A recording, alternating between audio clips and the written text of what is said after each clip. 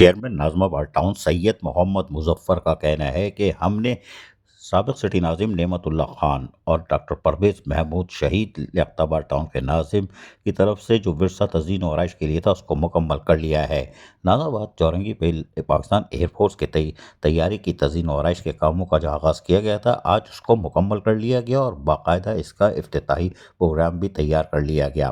یہاں پر یقینی طور پر چیئرمین سید محمد مظفر، وائس چیئرمین نعمان صدیقی اور میونسپل کمشنر اطہر سعید خان اور یونین کمیٹی نمبر 5 کے چیئرمین عمیر اکرم کونسلر کے ہمراہ موجود تھے۔ 1965 کی جنگ کے یادگار ورثہ جو کہ 23 سال پہلے سابق سٹی ناظم کراچی نعمت اللہ خان مرحوم اور سابق ٹاؤن ناظم لیاقت آباد ڈاکٹر پرویز محمود شہید کی سنہری دور کی یادگار تھی، اس کی تزئین و آرائش کے بعد آج اس کا افتتاح کیا ہے۔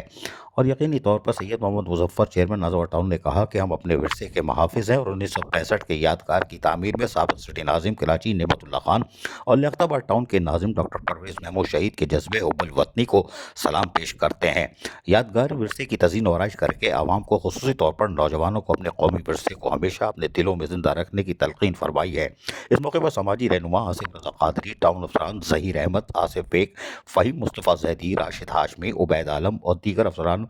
اور عوام کی بڑی تعداد موجود تھی، اور افتتاحی تقریب میں باقاعدہ دعا کی گئی۔ اور یقینی طور پر چیئرمین ناظم آباد ٹاؤن سید مظفر کافی عرصے سے کوشش کر رہے تھے اس کی تزئین و آرائش کو مکمل کر کے یہاں سے گزرنے والوں کو جب ایک اور تحفہ دیا جائے بہتر سفری سہولتوں کا۔ عزیز عارف، KBS بلدیاتی نیوز کراچی۔